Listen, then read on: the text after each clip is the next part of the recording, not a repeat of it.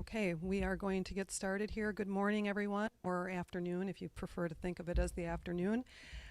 Sorry for the technical difficulties here. My name is Barb Rao, and I have the honor of serving as the Dean of the College of Business at UW-Oshkosh. To begin our event, I'd like to acknowledge the original inhabitants of this area, the Menominee and Ho-Chunk Nations. This land encompasses the 3 campuses of the University of Wisconsin-Oshkosh in the Lake Winnebago region: Fond du Lac, Fox Cities, and Oshkosh. Please take a moment to honor these ancestral grounds and celebrate the resilience and strength that all Indigenous people have shown worldwide.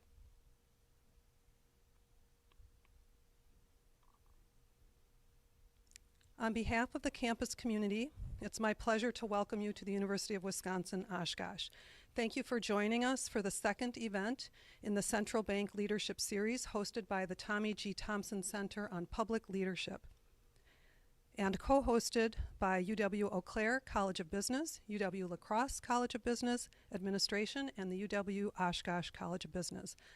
The first event, Central Banks in the 21st Century, Politics and the Fed, was hosted at UW-Eau Claire, and the next event, Unelected Power, The Quest for Legitimacy in Central Banking, will be hosted at UW-La Crosse on April 5th. Please visit the Tommy Thompson Center website for a recording of the first event and details about the final event in this series. Our 3 campuses are co-hosting these events because we're the governing partners of the UW Online MBA Consortium. This unique partnership and program began over 20 years ago and has become one of the highest rated online MBA programs in the country, recently ranked 9th by U.S. News and World Report. Like the Tommy Thompson Center and Governor Thompson himself, our 3 campuses are dedicated to fulfilling the mission of the UW system and the Wisconsin idea. We believe that developing strong and knowledgeable leaders and citizens is some of the most important work of the day. The Thompson Center on Public Leadership supports that work through speaker series such as this one, scholarship, and policy leadership. Today's event will be moderated by Dr. David Fuller of the UW-Oshkosh Economics Department. Dr. Fuller is an exceptional teacher and scholar, publishing on a wide range of macroeconomic issues. His scholarship has resulted in invitations as a visiting scholar at the Federal Reserve Bank of St. Louis, the Center for Research in Economics and Statistics, and the National School of Statistics and Computer Science. David, I will turn the floor over to you to introduce our guest today. Thank you.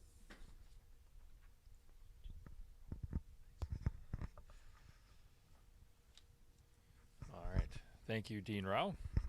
So I'm David Fuller, and I'm pleased to have Sarah Binder and Mark Spindel here to talk about a recent book of theirs. So Sarah Binder is a professor of political science at George Washington University and a senior fellow in governance studies at the Brookings Institution, and she specializes in Congress and legislative politics. She received her PhD in political science from the University of Minnesota in 1995 and her bachelor's degree from Yale University in 1986. She joined Brookings in 1995 and George Washington University in 1999.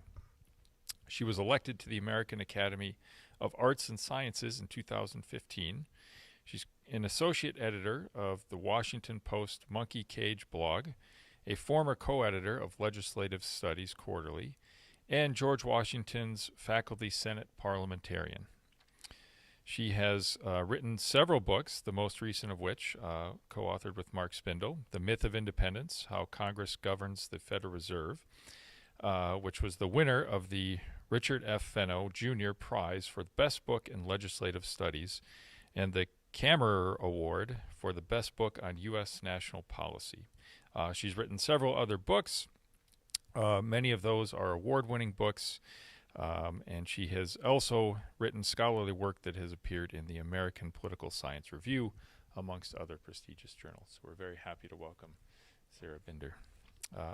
Her co-author, Mark Spindel, is the co-founder and chief investment officer of MBB Capital Partners, a Chicago-based family office. Mark graduated from Cornell University with a BS in Operations Research and Industrial Engineering.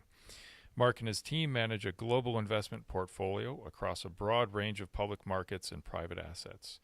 Prior to launching MBB, Mark was the Chief Investment Officer of the D.C. Retirement Board, responsible for an $11 billion municipal pension plan covering 25,000 police officers, firefighters, and teachers.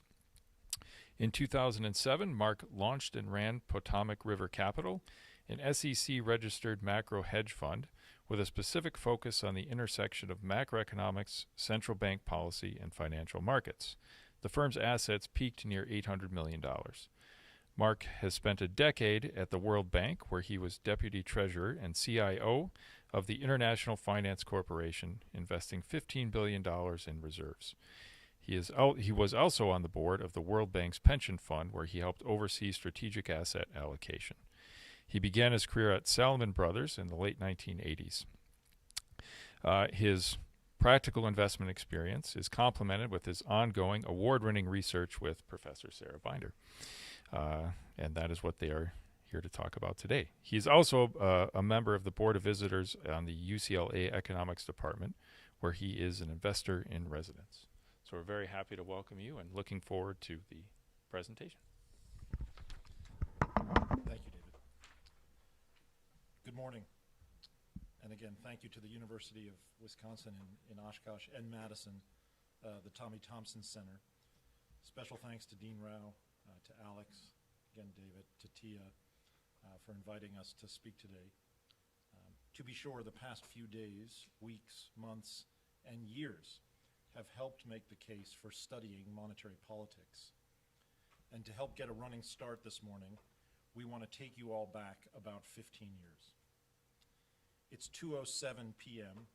on the East Coast, September 29th, 2008. Who remembers where they were? Congress had, at that exact moment, torpedoed President George W. Bush's TARP bill. The economy was in disarray. Congress was in disarray.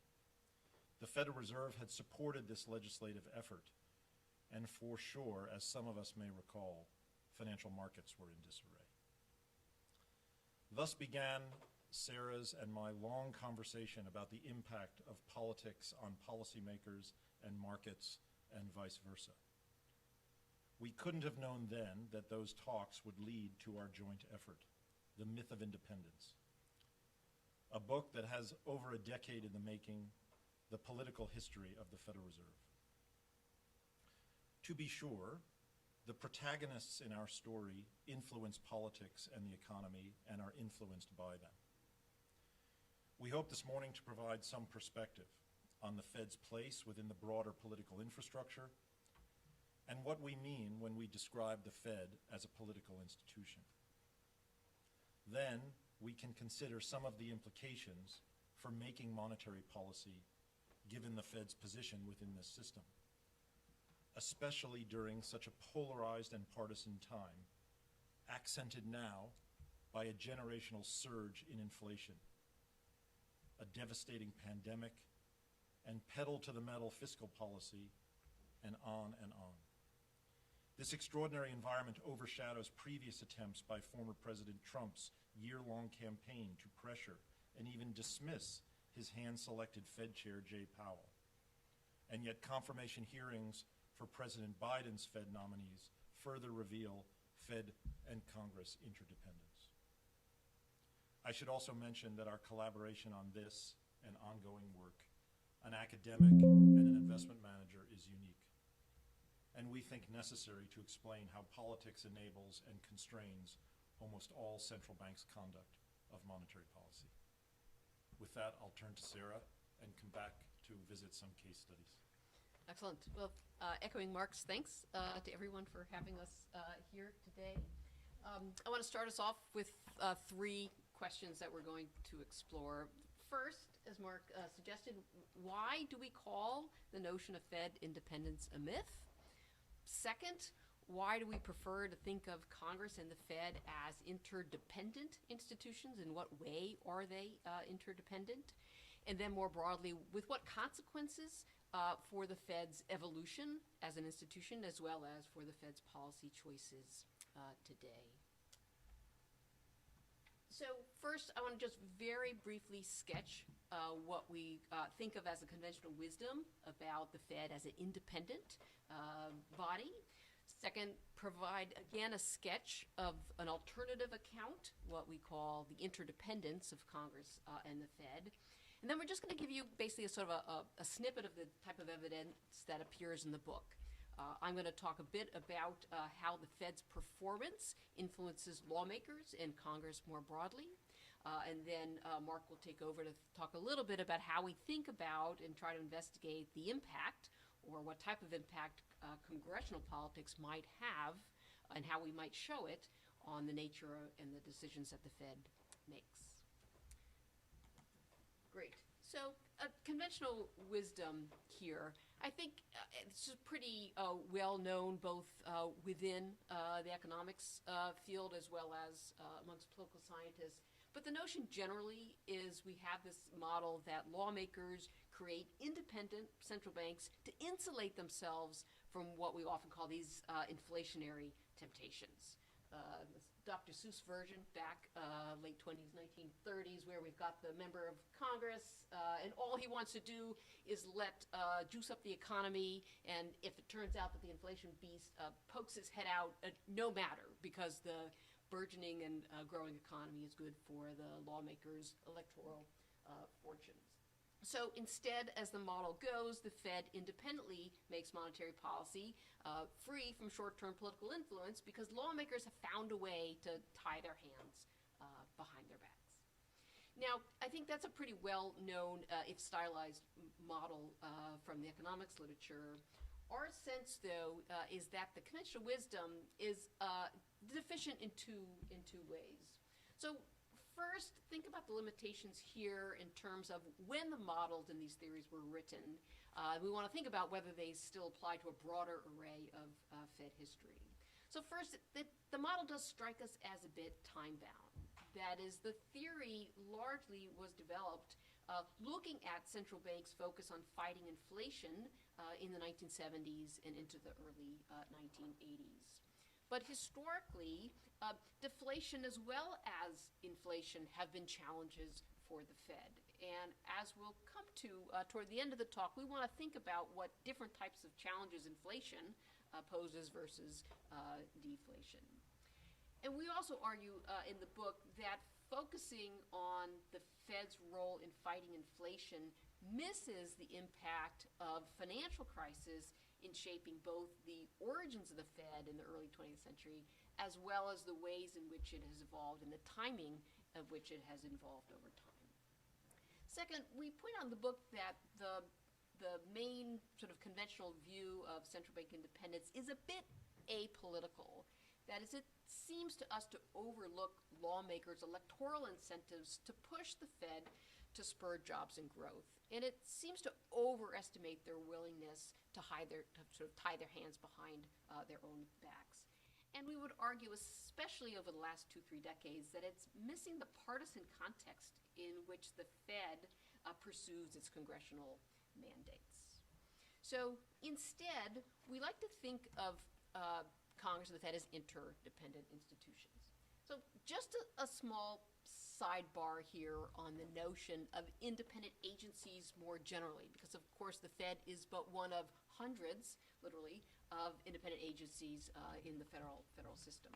So I grabbed a screenshot here from a study by a political scientist, Jennifer Yellen, and what she does is she takes about 300 plus independent agencies, and she codes all their provisions, both in terms on the x-axis of how much independence do the decision makers have, so how long are their terms, who makes the appointments, how insulated are they from politicians, and she codes everything in terms of the policy decision independence, so the y-axis there, right?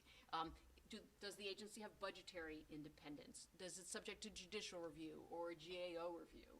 And when she takes all this data, she comes out with these two dimensions. And of course, no surprisingly, the Fed is at the height of independence on both of those dimensions. So just to be clear, we're not dispensing with the notion that the Fed is an independent agency and amongst, if not the most independent of these agencies. But that structural independence, we argue, does not insulate them entirely from politics, from electoral politics and partisan politics in particular. Okay, so interdependence. What do we mean here? So first, the question: well, why does the Fed need Congress? When Ben Bernanke was at his final press conference, and again, an opportunity for the Fed to speak to its political overseers, as it were, and the public. At his last press conference, a reporter, it might have been Victoria Guida, who was at your last central bank event here, asked, well, do you have any advice for Janet Yellen, the incoming Fed chair? And Bernanke said, in a word, Congress is our boss. Right? What did he mean? Well, he said, look, in essence, our existence as the Fed depends on political support from Congress, right? In our view, as we argue in the book, Congress, of course, retains the ability and the right to reopen the Federal Reserve Act and to change the powers and the governance of the Fed, depending on what it sees the Fed is doing and performing. Why is that important? Because it directly suggests that the Fed's powers are directly conditional on securing and maintaining the support of Congress and the President. And that political support from Congress, will show, is dependent on and influenced by the Fed's stewardship of the economy. Now that, of course, raises the question, right, if the Fed's autonomy is conditional to some degree on maintaining political support, then what type of quote-unquote independence is that? Second, from Congress's perspective, well, why does Congress need the Fed?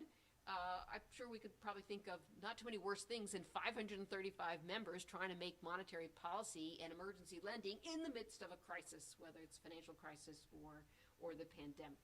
Congress clearly needs some expertise in order to steer the economy. They have a hard enough time writing fiscal policy under the gun that it makes sense. We could see how Congress might depend on a body of experts. But of course, it's more than that. Members of Congress, of course, are motivated by making good public policy and getting reelected. And that means when the economy sours, lawmakers do look for someone to blame.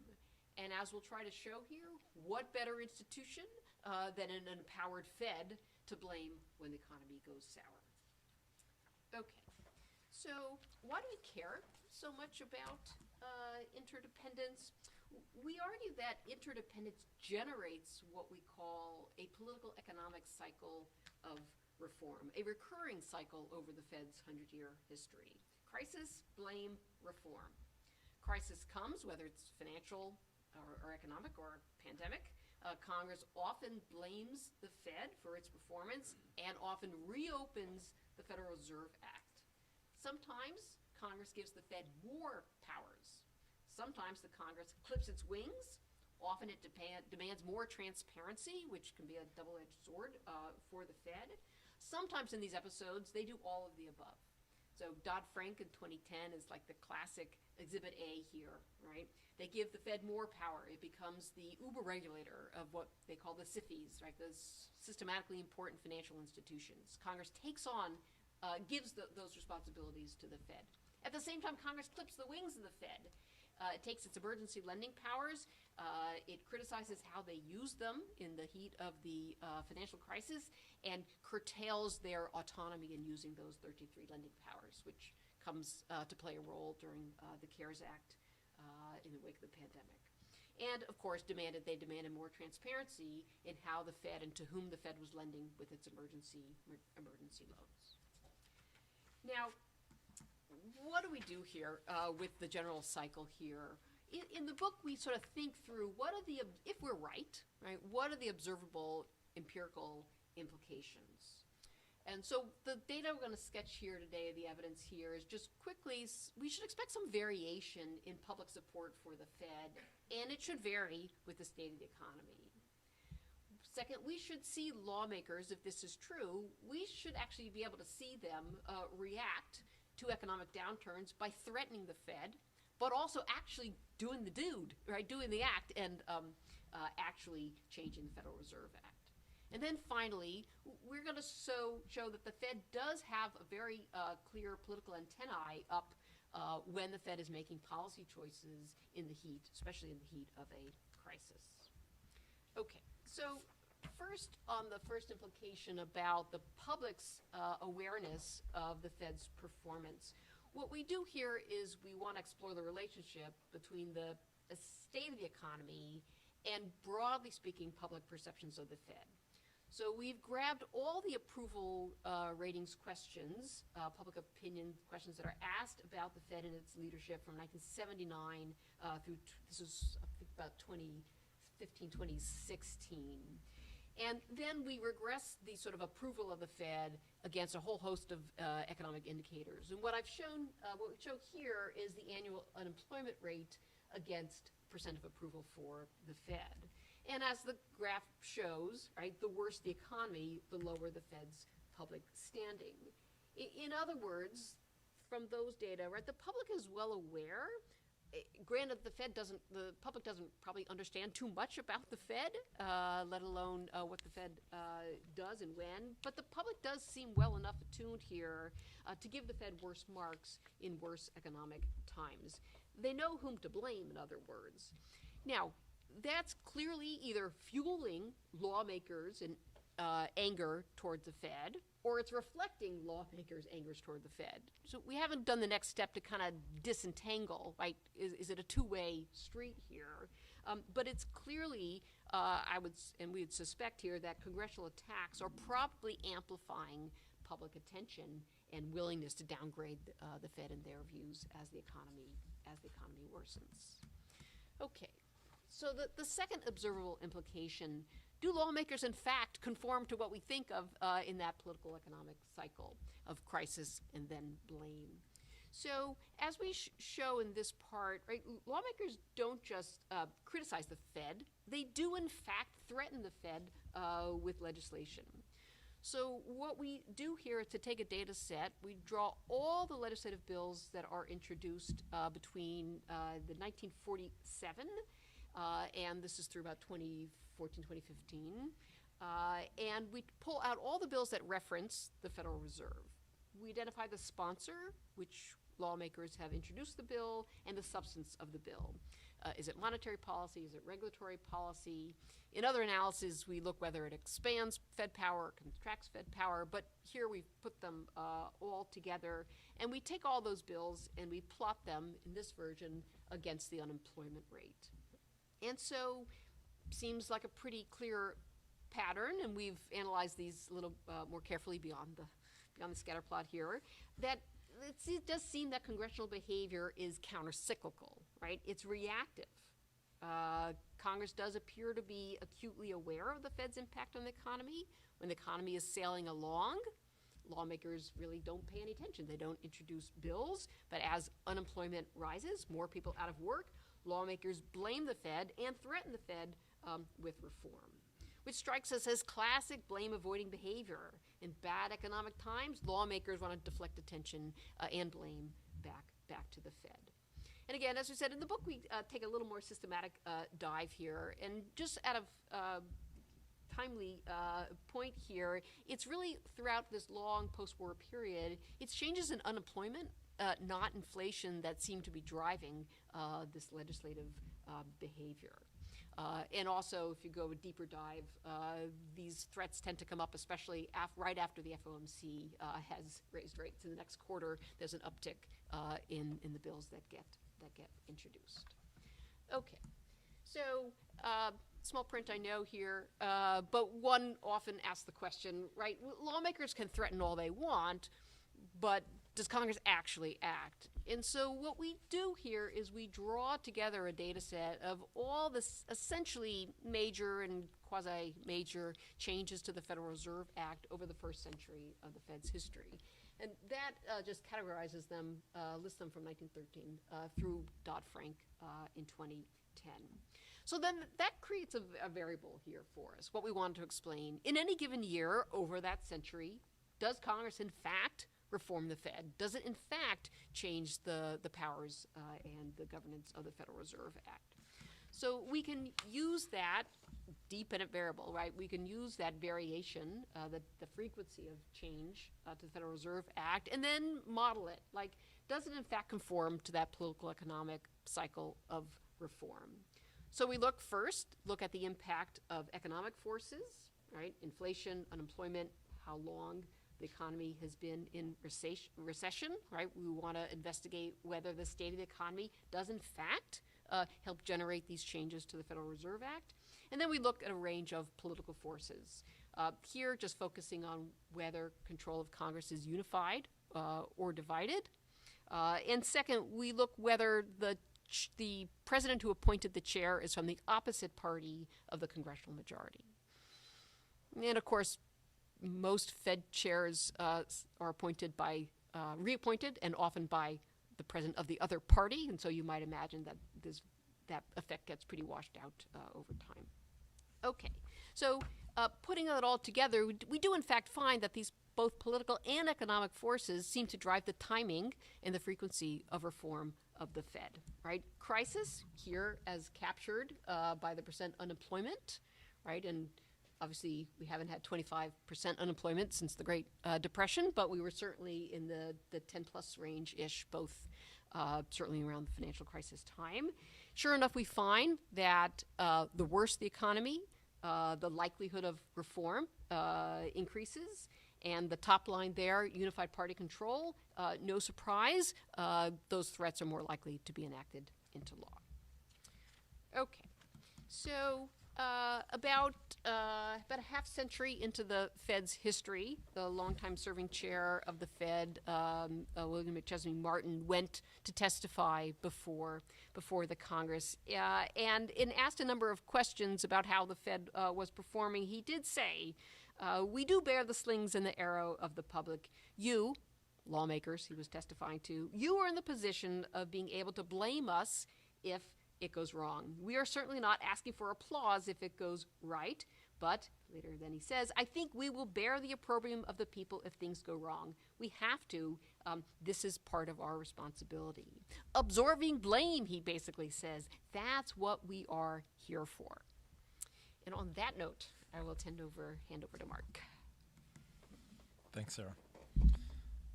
So one of the hard parts in doing this kind of historical research and political science was thinking about counterfactuals. How would the Fed have actually acted in the absence of the kind of interdependent political pressure that we write about?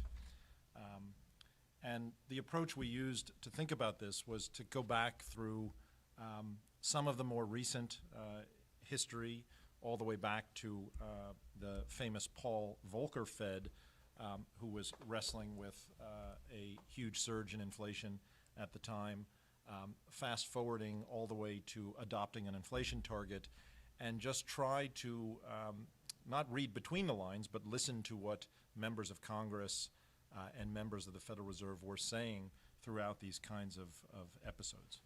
So the counterfactual is hard to find. We think we've come up with a handful that really help scaffold the argument we make in the book. There you go.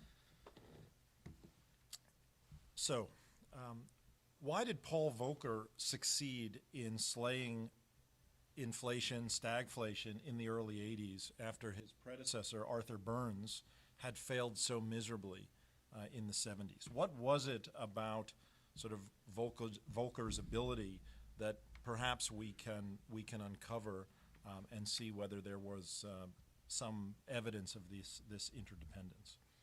The conventional wisdom, the history was, as Sarah mentioned, and has been written about, was that it was the independent Fed prescribing very tight monetary policy against all sorts of attacks, the tough medicine that was needed to bring inflation under control.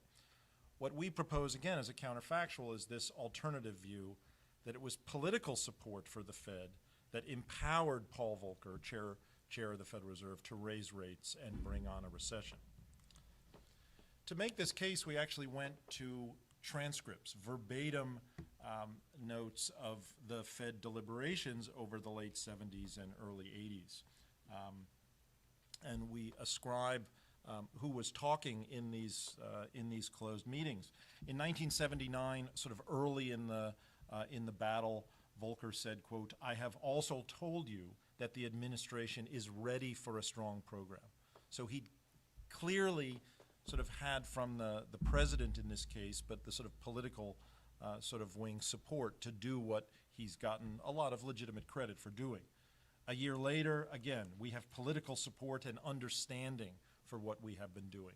So he's bringing into the Fed's deliberations the sort of clear evidence that he is engaging the political system in town.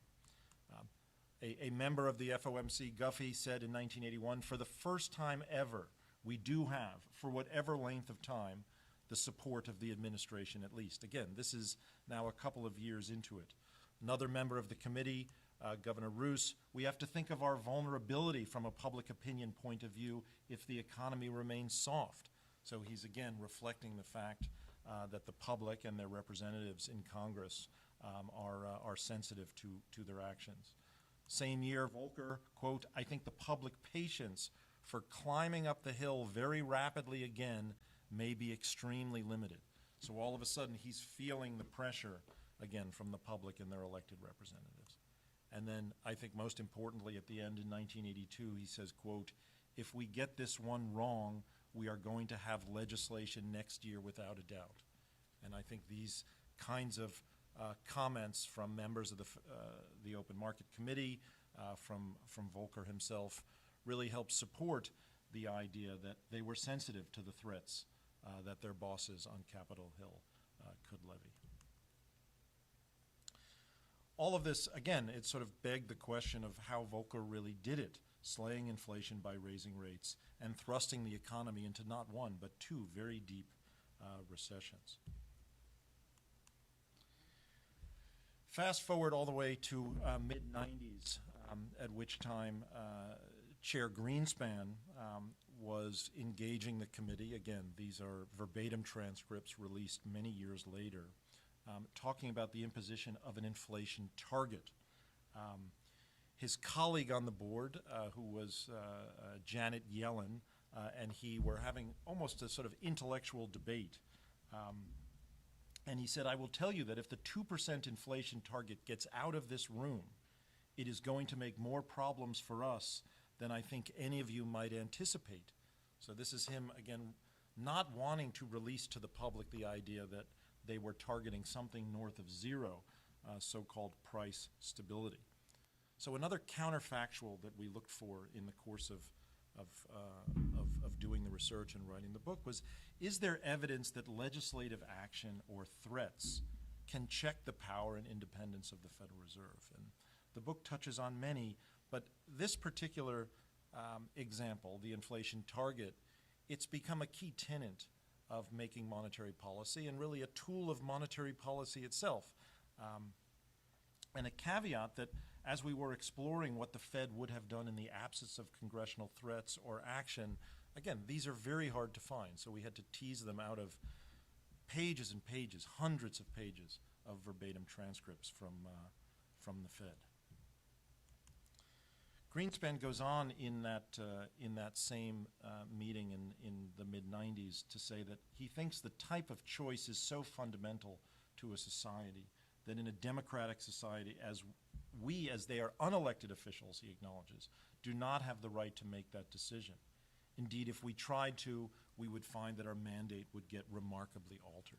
So first, he's now admitting that this key tool of monetary policy, anchoring an inflation with a target, is itself subject to the political winds and political approval of the bosses.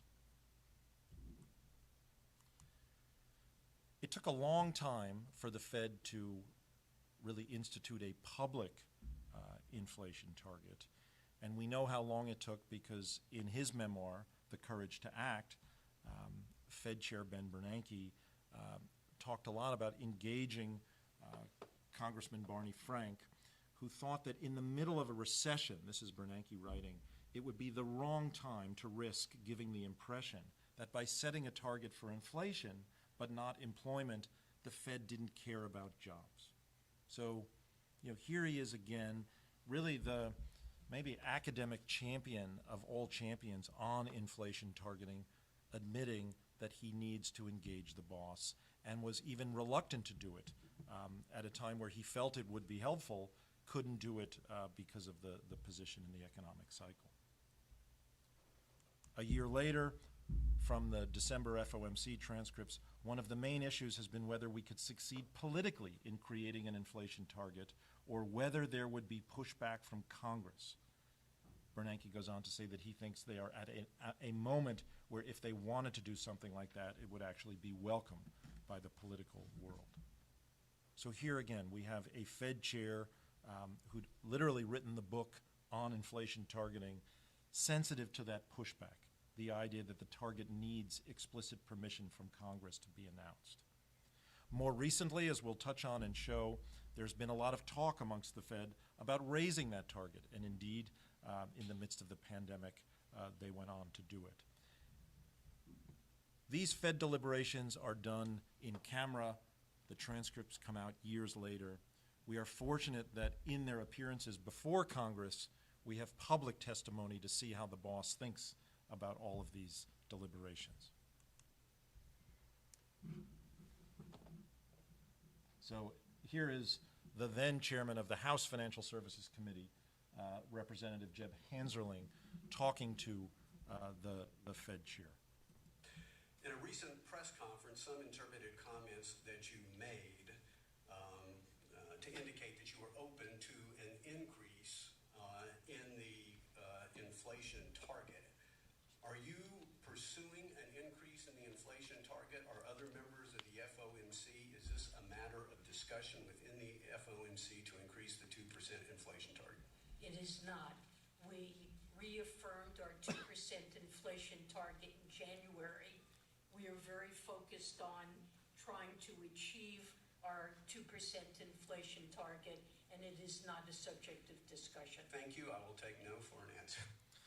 So there's the exchange between Janet Yellen's boss, Hanserling.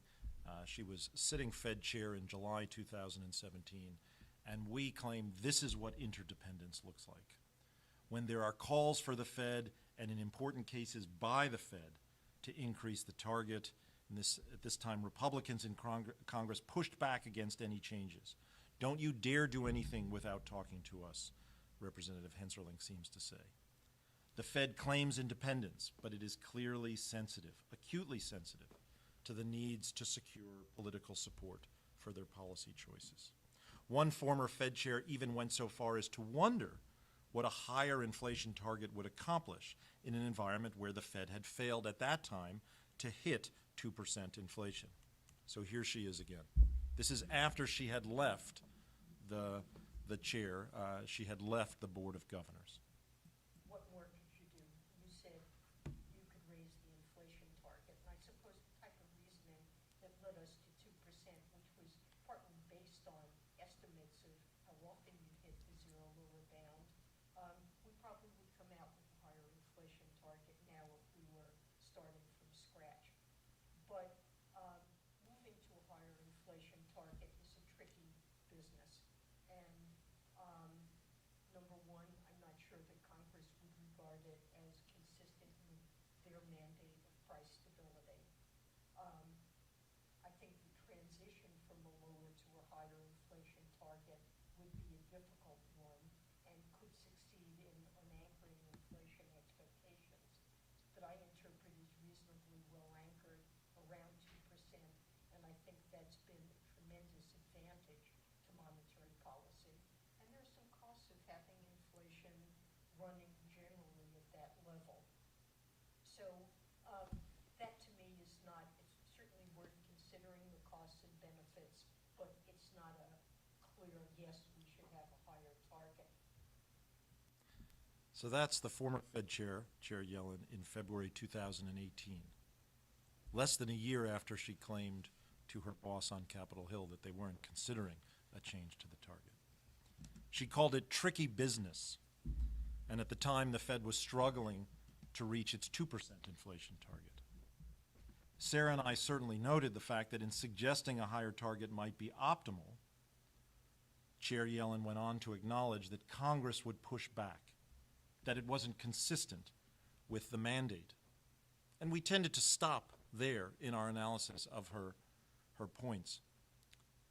If you listen to what she said after that, she said, and there's a danger in changing that inflation target, in raising it. She said, you run the risk that you might unanchor all of the hard work the Fed had achieved from those days of Volcker in the late 70s and early 80s. So that point about moving from a lower to a higher inflation target could, as she said, succeed in unanchoring inflation expectations. We'll touch on it shortly, but note that the Fed did actually adjust its inflation target higher in 2020. They revised the policy framework that Bernanke and Yellen had introduced in 2012 so as to achieve inflation that, quote, averages 2% over time. That's subtle. That's not just the one-year annual inflation rate of 2% that Greenspan and Yellen and then Bernanke had adopted. This is an average over time. A subtle but clear increase in the inflation rate.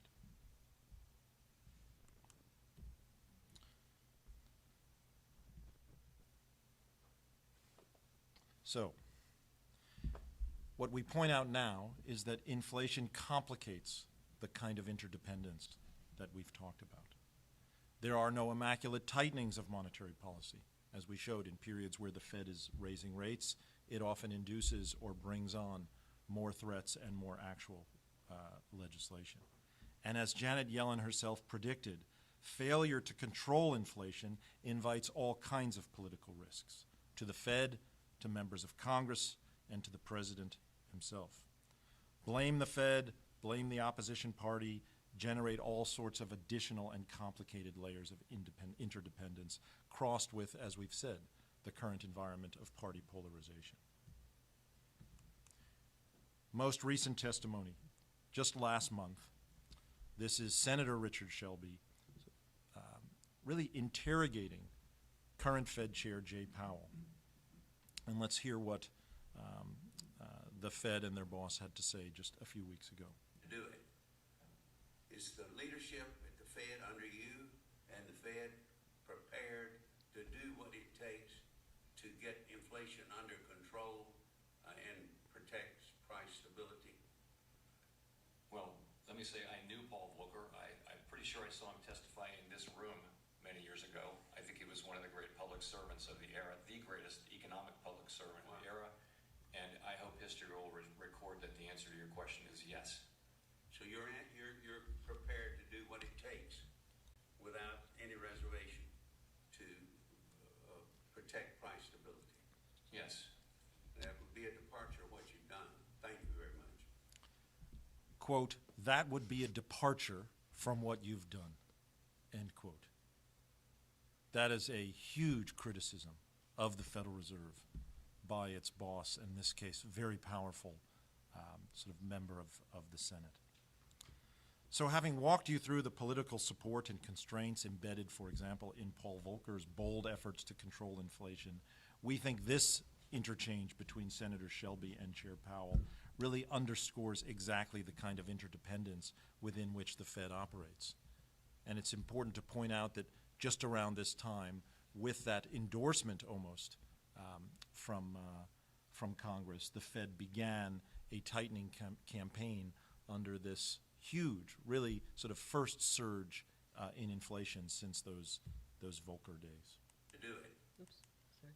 No problem. So that's the myth of independence. We think we've tested it across a broad range of economic and political environments. We think the kinds of crises that we've seen just in the last 10, 15 years really demand cooperation, if not outright coordination, between fiscal and monetary policymakers, between Congress and the Federal Reserve. And we think, as we've shown through some of the interactions between Congress and the Federal Reserve, that polarized politics magnifies this blame game that goes all the way back to William McChesney Martin and his admission and his understanding that that's what the Fed is there for. So, thank you very much.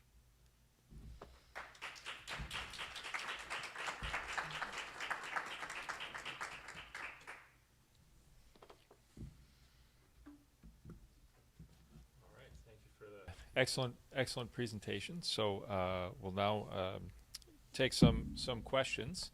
So I have some questions coming in from online that I'll start with. If anyone in the room has a question, feel free to raise your hand and let me know, and we will field those questions. Yes, Dean Rao. In light of the conclusion that you come to, is there a suggestion that perhaps you have in your book or now in terms of what we would do differently legislatively in terms of setting up the relationship between the Fed and Congress? Should I repeat that? So I'll just kind of repeat the question. Thank you. So the question, I think, is given the way this relationship has evolved, is there a better way to set up the interdependence between the Federal Reserve and the legislative branches? Is that okay? I'll take a first crack. This is a great question, and it kind of touches on an aspect of the Fed we've spent time in the book on, but not a lot here, which is the broader structure and system, right? Keeping in mind it's a federal system, which of course comes into the shape of the FOMC and who's making these policy decisions. We explore in the book the politics that resulted in this kind of weird structure of the Fed, right, where these 12 reserve banks are scattered across the country in places that might have made some sense in 1913, but today one, with all due respect to the state of Missouri, right, might leave you scratching your head about why they get two reserve banks. We walk through in the book, though, the reasons politically why the Fed had to be a federal system and why these banks and the consequences of locating these banks so far from Washington, D.C. and from Wall Street. And in a nutshell, the argument is really that it was a political necessity. It was the price of enacting the Federal Reserve Act to spread power over money here and access to credit so far across the country in ways that have become very difficult to change today. But what that does is it hardwires support for the Fed far from Wall Street and Main Street, but it gives individual lawmakers an incentive, right, to support the Fed, at least for those who have reserve banks near them. So in some ways, you end up with this very awkward, weird hybrid system, but it's one in which politics is very well baked into it. And so once you think about major reform of the Fed, right, had they not had a reserve system like this, that some economists said led to the Great, or contributed to the Great Depression, right? Had you not had that system, you're in a world where the Fed probably would have less political support today than it had. Yeah, I don't think we judge the sort of efficacy or the optimality of the design. I think what we tried to do, I hope successfully, is reveal that something as anodyne as simply setting the price of money is essentially, as Sarah said, sort of hardwired into the politics. The Fed clearly knows that, and some of the most successful, esteemed leaders of the Federal Reserve, whether it's Janet Yellen, whether it's Ben Bernanke, whether it's Paul Volcker, and even to a large extent Arthur Burns, who clearly failed, they knew that they needed the kind of political support. I think one of the sort of weird aspects that sort of Sarah alludes to is when they set up the system, it was never called a central bank. If anything, by its regional sort of power structure, it was a decentralized bank and a Federal Reserve. And I think this, not just in monetary policy, but all sorts of other sort of designs of our federal government, is this need to sort of give power into a broader federal political system. Having identified it, I think people now kind of talk about it more openly. The sorts of exchanges and counterfactuals, I think, are just helpful. Congress has, for the most part, moved in one direction of more and more transparency in the deliberations. And I actually think that's a good thing, to understand how and why and when they get things right, and how and why and when they get things wrong. Excellent, thank you. So one online question here, kind of start at the top. Is the Fed ever audited? If so, where are those reports and who conducts the audit? If they're not audited, why aren't they? And who would be the best neutral group to accomplish this? I think the notion of the Fed audit sort of takes two flavors. And again, to the point about transparency, they are revealing more and more information about a very large balance sheet, the kinds of assets that they've purchased, the valuation of those assets. So I think they would rightly point out that from an accounting perspective, there is a fair amount of sort of sharp pencil work that's going into the system. I think the question, though, carries a second message, which is, are they subject to the kind of oversight in decision-making and deliberations that go back to the setting of monetary policy and, importantly, the regulation and supervision of the financial system? And that's the congressional oversight responsibility through the kinds of exchanges, the kinds of hearings, items like the release of transcripts, the taping. Members of Congress sort of realized that these tapes exist and pushed the institution to sort of make them available, albeit with a lag. So there could be more of that. There may be more of that in the offing. But I think the sort of audit of the balance sheet itself, is happening.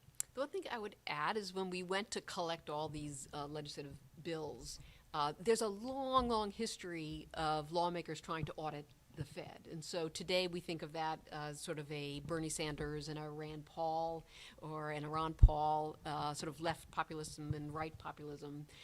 That has a long lineage all the way back to the 40s. So so you see Wright Patman, sort of a populist on the left, introducing audit the Fed bills in the 50s and 60s and all the way through. And then it gets picked up by Rand and Ron Paul starting in the 80s and into the 90s. And of course, Congress is polarizing too, but we see a little lone Susan Collins, often lone by herself there. She has a version of an audit the Fed bill in that period as well. So Congress does enact an audit law in 1976, but they carve out an exception that the GAO auditors will not be auditing the actual deliberations around the FOMC table. And that's become the point of the recent audit the Fed bills. So the issue has long legs here. There is, as Mark said, extensive GAO auditing, but not of the deliberations in the room. One might ask, what are central bankers so afraid of, right?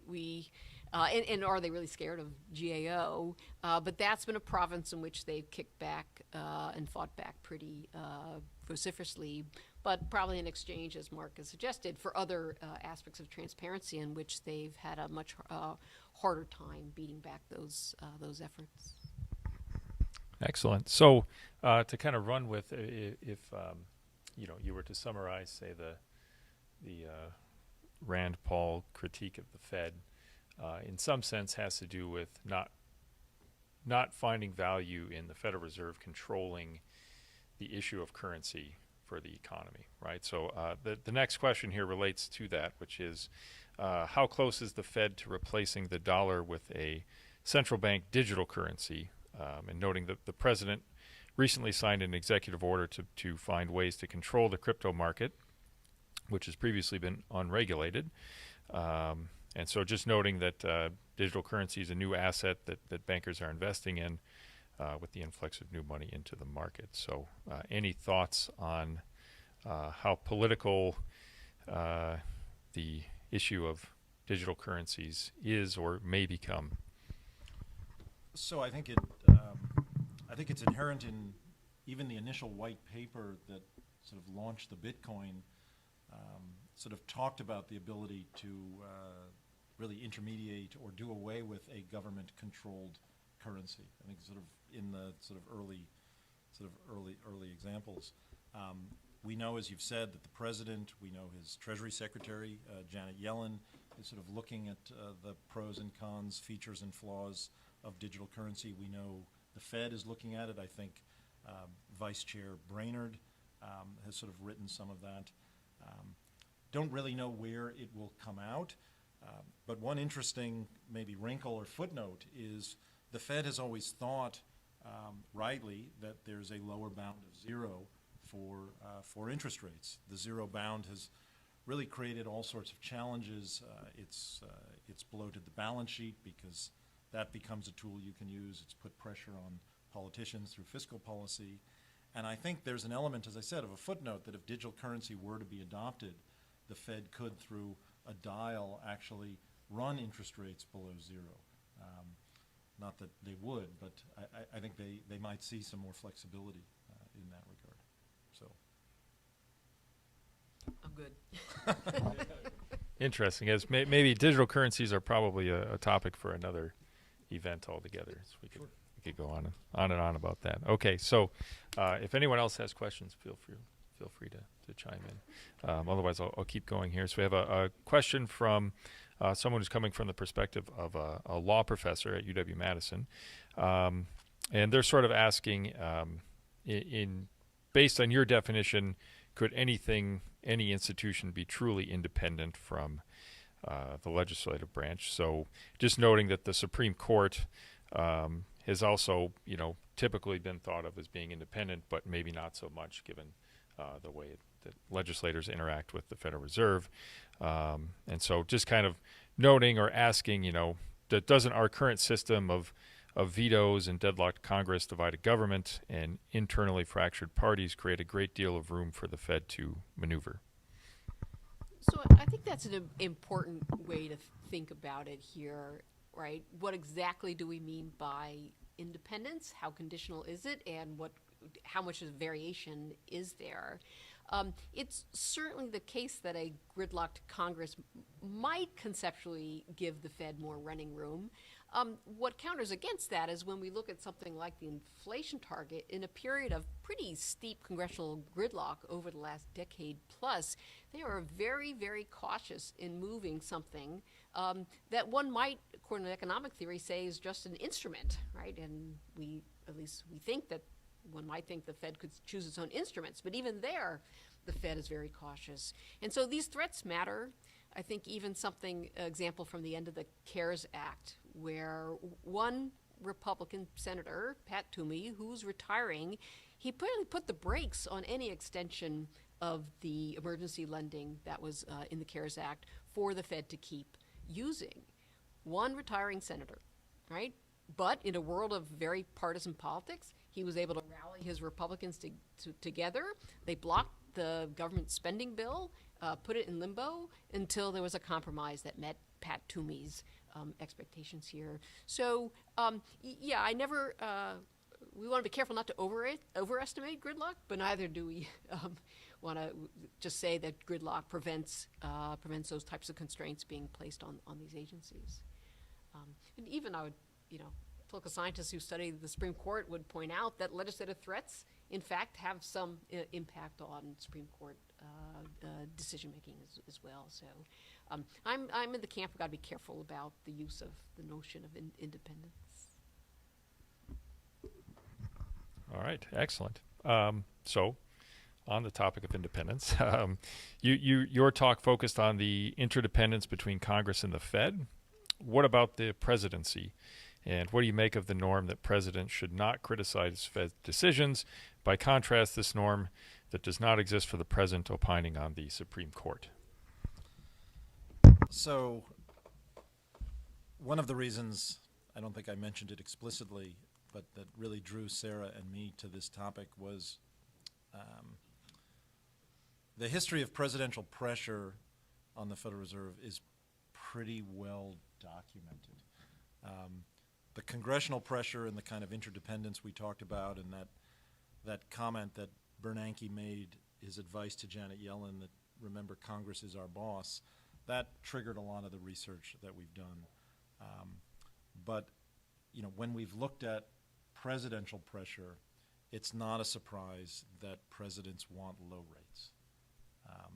There are very few examples, and I'll come to one currently that we think is important, but almost all presidents have put pressure on their Federal Reserve chairs to keep rates low. Famously, William McChesney Martin was invited down to the LBJ ranch in the kind of height of Vietnam and the height of sort of LBJ's sort of political activity. It has been defined as taken to the woodshed because big, tall President Johnson literally manhandled his Fed chair. This has been well documented, and screamed at McChesney Martin that how can you raise the price of money while our boys are dying in Vietnam, end quote. Fast forward to the 21st century megaphone of Twitter, and there are countless examples. We've documented many of them in some forthcoming work that President Trump had levied against his hand-selected Fed chair, Jay Powell, really sort of ultimately threatening to sack him at the end of 2018 if he continued to tighten policy. And lo and behold, we don't draw any sort of causality to it.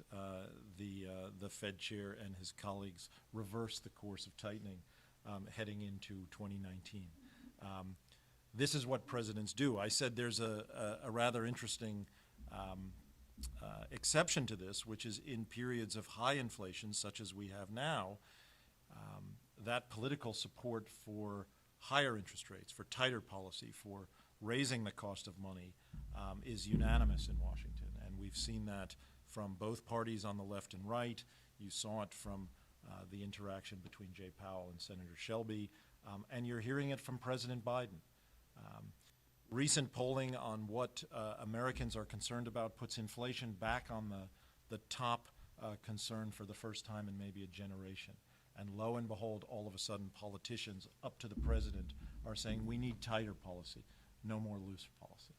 So I think, as we've said, it sort of shifts sometimes with the winds, but presidents have been absolutely open in keeping their hands on the Fed. I think if we look at that long 100-year history of the Fed, that this norm of hands off the Fed is relatively short-lived. It seems to be sort of come on with Clinton. It seems to have then been lost with Trump. And I think if you step back from it, sort of echoing what Mark said, is that the norm of independence from president's perspective has to be in their own electoral interest. Otherwise, they have no interest in it. And Clinton clearly was convinced by Greenspan and Rubin and others that not talking about monetary policy would produce better economic outcomes for him. And from Clinton's perspective, that meant re-election in '96. Trump's interpretation was that I'm going to lean on that Fed for low and lower rates because that's going to juice stock market, and you see, as in what we're working on now, as stock markets are going down and down, Trump hits back at the Fed harder and harder. So it's contingent here on how presidents think about the independence and whether it's good or bad, I think, for their own administrations, as we're now seeing to some degree with Biden. Sure. So one question I have is, given that you've taken a historical look back at the relationship between Congress and the Federal Reserve Bank, is there any precedent I've noticed in the last 5 years that appointments to the Board of Governors have become more contentious? And now, I don't recall that being the case in the past, but I also wasn't around to witness the debates in the 50s and 60s, so I don't know if there's precedent for this type of contention between appointees or not. So that's the one slide that didn't make it to Oshkosh. But you're precisely right in general, right? The trend has been that if we looked at basically controversy over these nominees, whether how long it takes them to get to a Senate confirmation vote, or what percent of the opposition party at the time is willing to vote for the other president party's nominees, that was, with some exceptions, skimming along quite nicely until the last decade or so, and we see a decline, and then just skirting the line. Chris Wallner just squeaks in, and Judy Shelton just misses the mark. And my guess is we'll see some versions of those, maybe in the Lisa Cook nomination on her floor vote. To a large degree, I think we sort of argue that it reflects the general rise in partisan polarization, right? That the Fed cannot escape these partisan pressures, and especially now that it just takes a majority vote, not a supermajority vote, to get to a vote. These really have become targets. These nominees have become targets for the other party, and wrapped into all these other partisan games that we see on the Senate floor. You know, one dynamic that has also happened on the board, sort of going back to Volcker through Greenspan, and I think changed by Bernanke, was a more collegial deliberation process now relative to you know, a pretty strict authoritarian view and authoritative view, you know, with Volcker and Greenspan. Why that matters is the 6th or 7th governor sitting on the board probably has more power through the pulpit, through speeches, than they had under a Greenspan and a Volcker. And so the ability, the appointment process is somewhat recent and confirmation process somewhat recent in the Fed's history, certainly changing the number of votes needed to confirm those governors. But because of this deliberative nature and more collegial nature brought in by Bernanke, it gives them slightly more weight in that process. Excellent. So we have a few more questions here. I'm going to sneak in one more question of my own, take advantage of my privileged position here as the moderator. So one of the things that I find interesting is that your findings that the Federal Reserve is definitely responding to, or at least is very concerned with, how legislators might react to their actions. And I'm trying to understand from their perspective what difference it makes to them. So what are they afraid of if the Fed enacts legislation, or the Congress enacts legislation? I'm not clear on how that would harm the Federal Reserve Bank anyway. Why would they just sort of do what Congress tells them to do? What difference does it make if the legislation changes? It just changes how they do the job. What's the downside for them of getting on the bad side? And I think that's a great question. To some degree, this is Fed perceptions, right? They are they remain very concerned about the audit. They do not want those doors open, even if the transcripts take 5 or eventually released. They do not want that type of immediate oversight. Now, they have fought tooth and nail other transparency measures starting in the 1970s, and they have survived, right? And so that would suggest, well, maybe their perceptions are out of sync with what they anticipate the consequences to be. On the other hand, I think take the 13.3, the emergency lending restrictions that are put in after Dodd-Frank. It forced them to change the ways in which they use emergency lending. It requires sign-off from Treasury. Worked fine, I suspect, from their perspective during the pandemic, but that's not necessarily the case going forward. So the degree of ability and discretion that the Fed can exercise, I think, as many policymakers don't want their discretion curtailed, and that's really I take to be why they are so resistant to many of these reforms. You know, I think they like to think of themselves, the Fed, as a independent, technocratic agency. We showed some sort of data to confirm that. Maybe 2 good examples, Sarah touches on one, but going back is Arthur Burns. So Arthur Burns, as an individual, was highly influenced by the Nixon White House. And his diaries have revealed this. Again, Nixon transcripts have revealed this. And he succumbed to the pressure, and with horrible consequences. And so I think the anguish of central banking, as Burns later sort of called it, reveals that they don't want to fail. And Burns, you know, because of that influence of political pressure, ushered in this horrible sort of long episode for inflation and stagflation in the United States. You know, I think on the 13.3 issue, in conversations with us, and I think in the memoir maybe, Bernanke talked about not wanting the delegated authority in 13.3, that because it proved to be so politically contentious that he needed, you know, he was nearly not confirmed, you know, in his second nomination, which I think he sort of points to the attacks on the institution after the financial crisis, that having that Secretary of Treasury endorsement of these loans, this lender of, I mean, what is a central bank backed to budget but a lender of last resort? He thought it insulated the institution in a good way. So I think it's that balance, between Bernanke and Burns that really gets to the heart of what you're asking. Excellent. Thank you. It's interesting you asked that question because I actually had the same question. I was going to frame it a little bit differently in terms of whether the fear is one of losing autonomy in the job or satisfaction with doing the job because you have to do it with such heavy oversight. So I think you answered that, but I definitely would like to reiterate. I would hope that anyone that's in a position like that actually wants to do their job well and feels like they're probably more capable of doing it that way if they have the autonomy to make decisions without political pressure. I mean, there's also a sort of institutional issue here, right? The more attacked they are and the more Congress amplifies those attacks, right? It does question what we call the credibility of the Fed. Sometimes they talk about it in terms of the legitimacy of the Fed, right? The credibility of the Fed, right? The public needs to know that the Fed is going to do what it says it's going to do, right? That seems to be how, forward-looking monetary policy is made, right? And so markets, households, businesses want to be able to count on the Fed.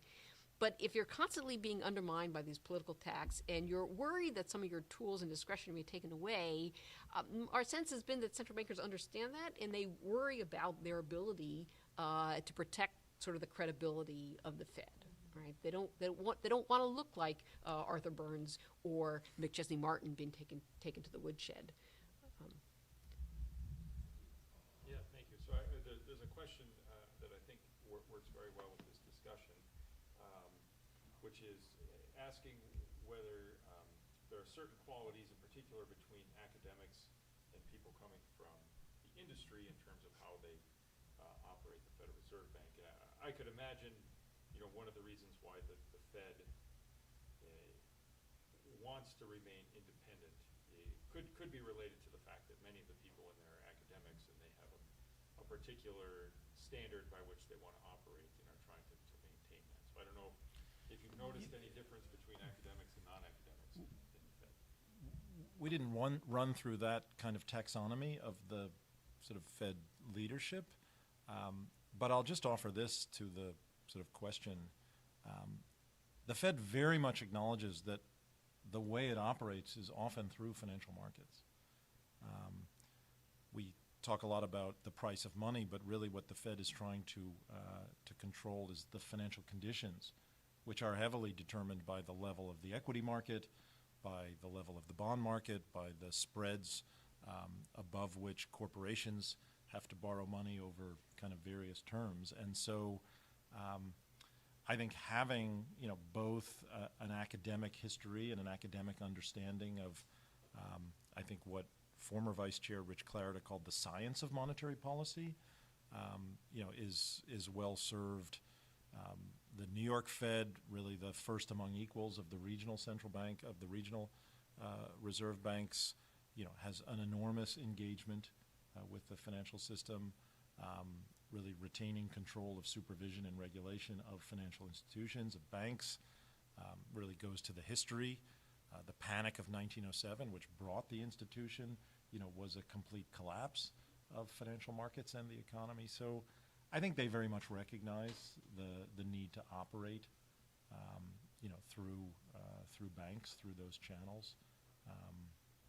But I don't think we've studied enough whether academics, academic economists like Bernanke, remember Jay Powell came up through the financial system through private equity. He was a partner at Carlyle before he turned a lawyer by training, not an economist. They've had bankers. I think McChesney Martin came through the financial industry. So there have been a variety of backgrounds. I have to say, I thought the question was going to be about what happens when academics and practitioners write books together, but that wasn't the question. I'm personally very skeptical of academic economists. You would know. Okay, so I think another question that might be interesting, I don't know if you've explored it in the book or not, but could be interesting to look at, is whether central banks and other liberal democracies tend to have more or less independence from their legislatures and parliaments. And I suppose host a European Central Bank. One interesting case study. I was thinking to Dean Rao's question before, there probably is no more independent central bank than the ECB, than the European Central Bank. Unanimous support of member countries. It would take that kind of unanimous decision to undo the ECB.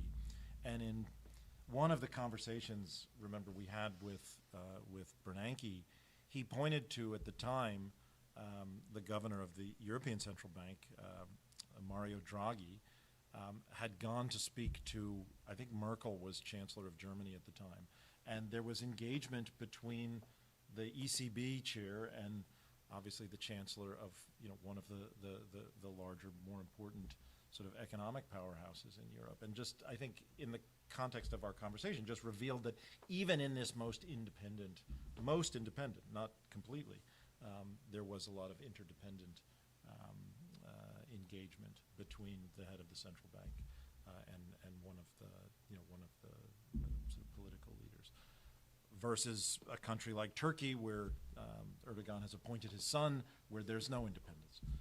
So I think that early work that Sarah touched on, that we've documented, really in hyperinflation environments talks to really giving more independence to the central bank in a sort of international comparison perspective. Yeah, I think the comparative question is a good one, and I think would be worth exploring. There's relatively few federal-style central banks, as it were. So there's some limits to what we'd expect to find. Also, the somewhat unusual nature of the Fed having a dual mandate, as opposed to most central banks having a single mandate. But it does raise, I think, a broader question about, as Mark suggested, like what do we expect to find more broadly across these banks, and to what degree do these variations here in the U.S. make a difference? The nice thing at Brookings is we call it there's a little hallway, it's called the former Open Market Committee, and Bernanke's got a nice office, and Janet Yellen's got a she must have had to give it up for Treasury, Don Cohn, Vice Chair of the Fed. So they've got a really nice hallway, and they're very open about talking to folks who want to learn about the Fed. So. We have about 5 minutes left for questions. Okay.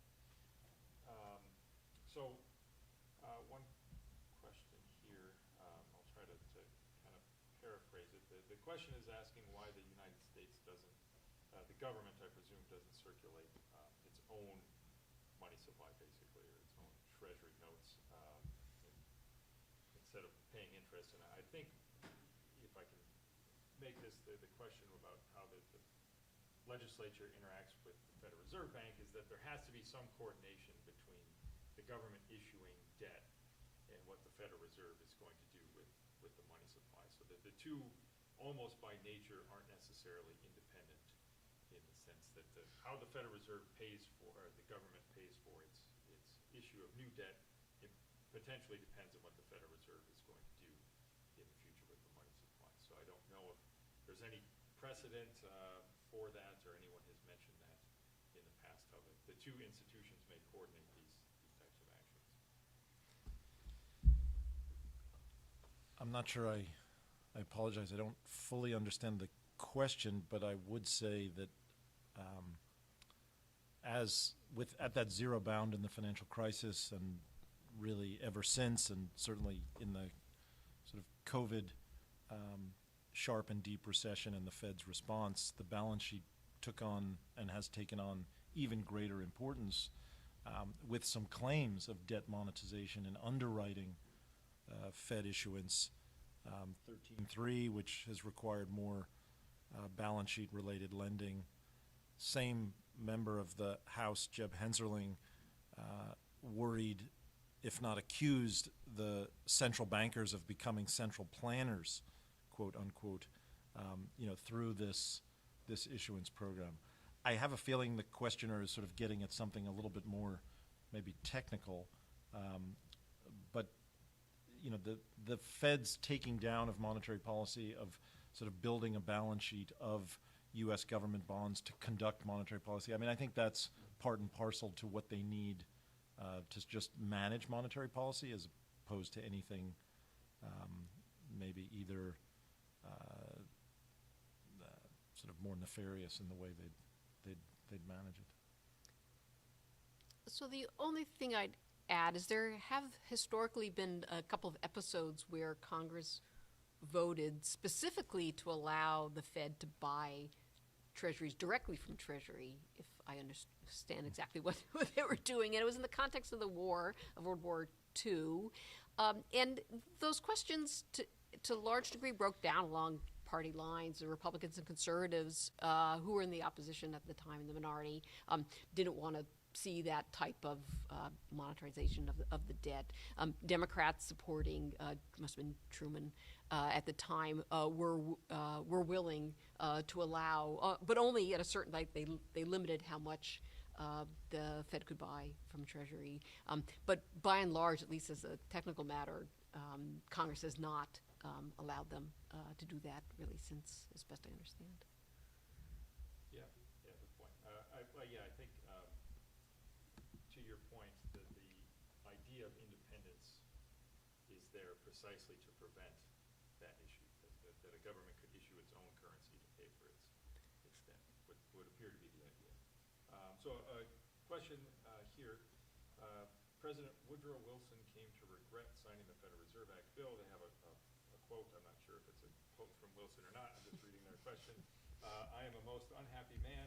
I have unwittingly ruined my country. A great industrial nation is controlled by its system of credit. Why did Woodrow Wilson regret signing the Federal Reserve Act into law, this in 1913?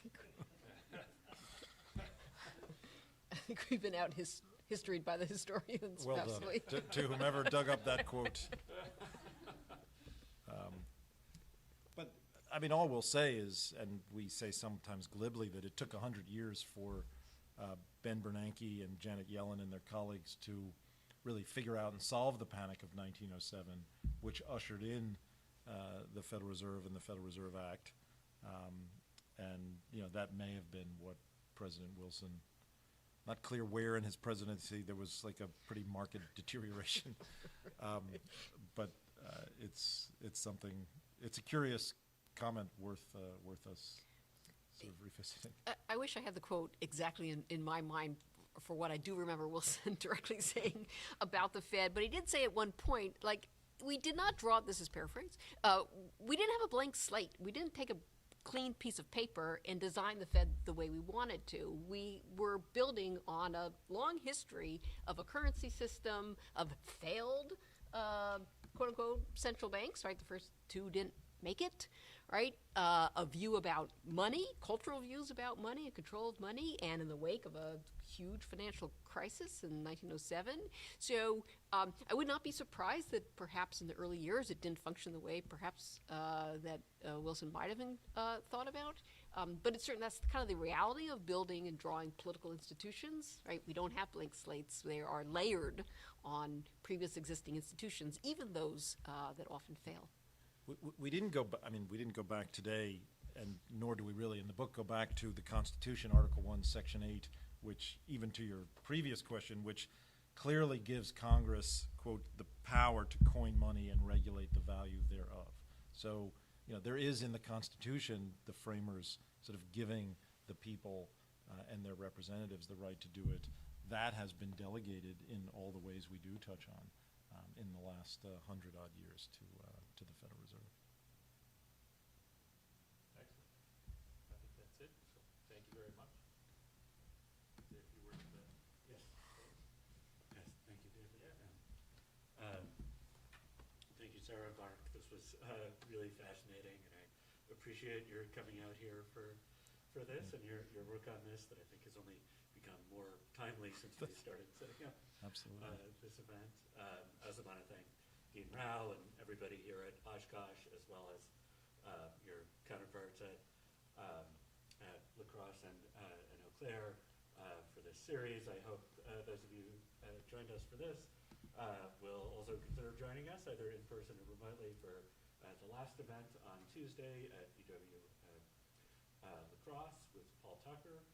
We're sort of excited for that, and as I said, I think this is really timely topic that we're all suddenly more interested in what the Fed is doing as inflation has gone from, this sort of steady just below 2% to something different for the first time in quite a while.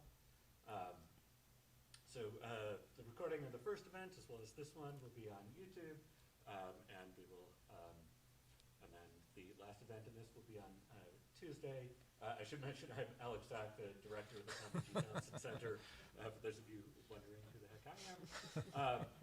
And I hope you'll also consider joining us for other events we have coming at the Thompson Center, including Jeb Bush on Thursday of next week, and Admiral Stavridis, who will be at UW-Madison on the 21st. What's that? 21st, yeah, of April. All right, thank you all for coming and joining us.